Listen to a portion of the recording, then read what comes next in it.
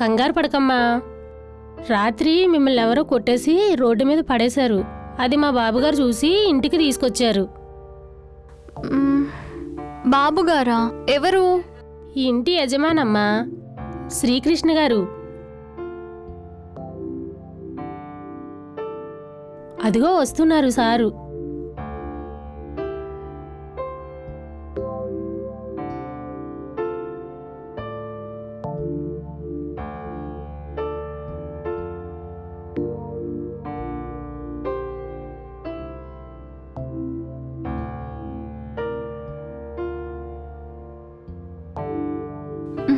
అమ్మాయి గారు ఆగండమ్మా. బాబుగారు వచ్చిన తర్వాత చెప్పేసి వెళ్ళండి, నాకు మాట వస్తుంది. బా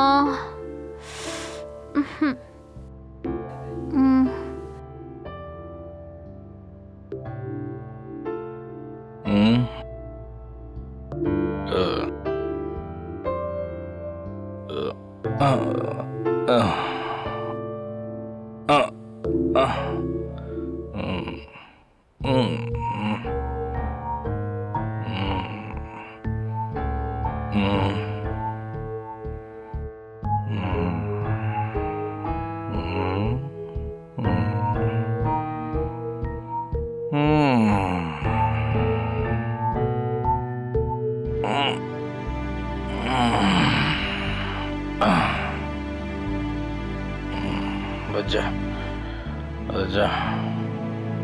Good night. Good night.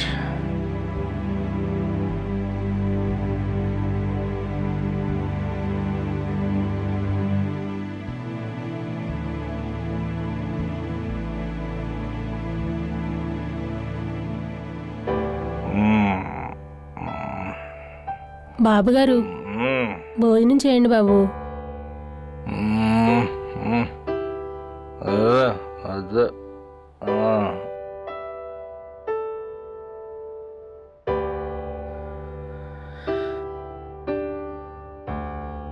Good morning sir. Good morning. Ready అవు, టిఫిన్ చేద్దు కానీ.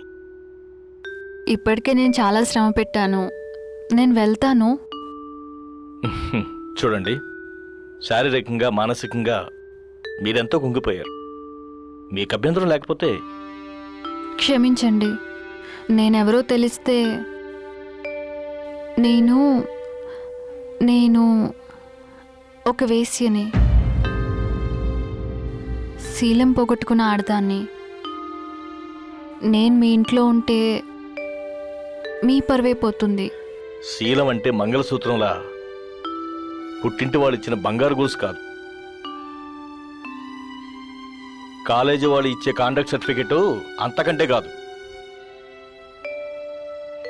లాకర్లో దాచి డబ్బు కాదండి, ఎవరో కొట్టేస్తే పోవడానికి. అది మన రక్తంలో ఉండాలి. శీలం అంటే మన మనసుకు సంబంధించింది కానీ మన బాడీలో పార్ట్ కాదండి. యాక్సిడెంట్లో పోవడానికి అది మన ప్రవర్తనలో ఉండాలి. ఇంట్లో భార్య ఉండి రోజుకో ఆడదంతో తిరిగే మగాళ్ళున్న ఈ రోజుల్లో నిజాయితీగా మాట్లాడే నీలాంటి వాళ్ళు ఈ ఇంట్లో ఉండడంలో తప్పులేదు. అంతగా వెళ్ళాలనుకుంటే కోలుకున్న తర్వాత వెళ్ళండి.